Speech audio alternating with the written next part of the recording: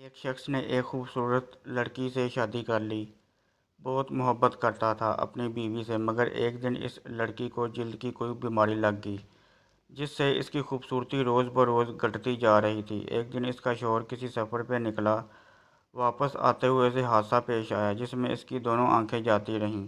خیر، ان کی ازدواجی زندگی یوں ہی چلتی رہی اور اس کی بیوی کی خوبصورتی مزید گھٹتی رہی، مگر اندھے آدمی کو اس بات کا علم نہیں تھا، لہٰذا ان کی زندگی پر اس کا کوئی بھی اثر نہیں پڑا۔ دونوں ایک دوسرے کو پہلے کی طرح چاہتے تھے اور ایک دوسرے کا خیال رکھتے تھے۔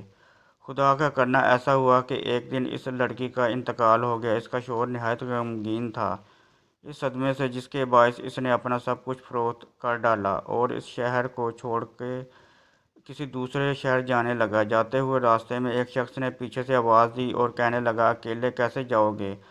اب تک تو آپ کی بیوی آپ کی مدد کرتی رہی، آپ کا خیال رکھتی رہی اور آپ کی آنکھیں بند رہیں۔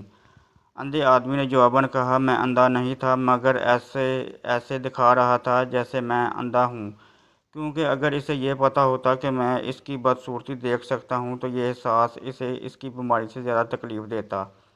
اس لیے میں نے اندھا ہونے کا ڈرامہ کیا۔ وہ بہت اچھی بیوی تھی، میں بس اسے خوش رکھنا چاہتا تھا۔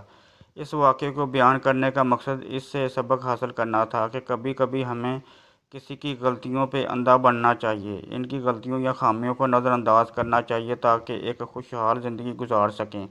کہ مخلوق کوئی بھی کامل نہیں مگر صرف خالق، لہٰذا رشتے کی مضبوطی کا باعث کسی کی کاملیت نہیں، بلکہ رشتے کی مضبوطی کا راز اس بات میں ہے کہ ہم اپنوں کو ان کی تمام تر خامیوں اور غلطیوں کے ساتھ دل سے قبول کریں۔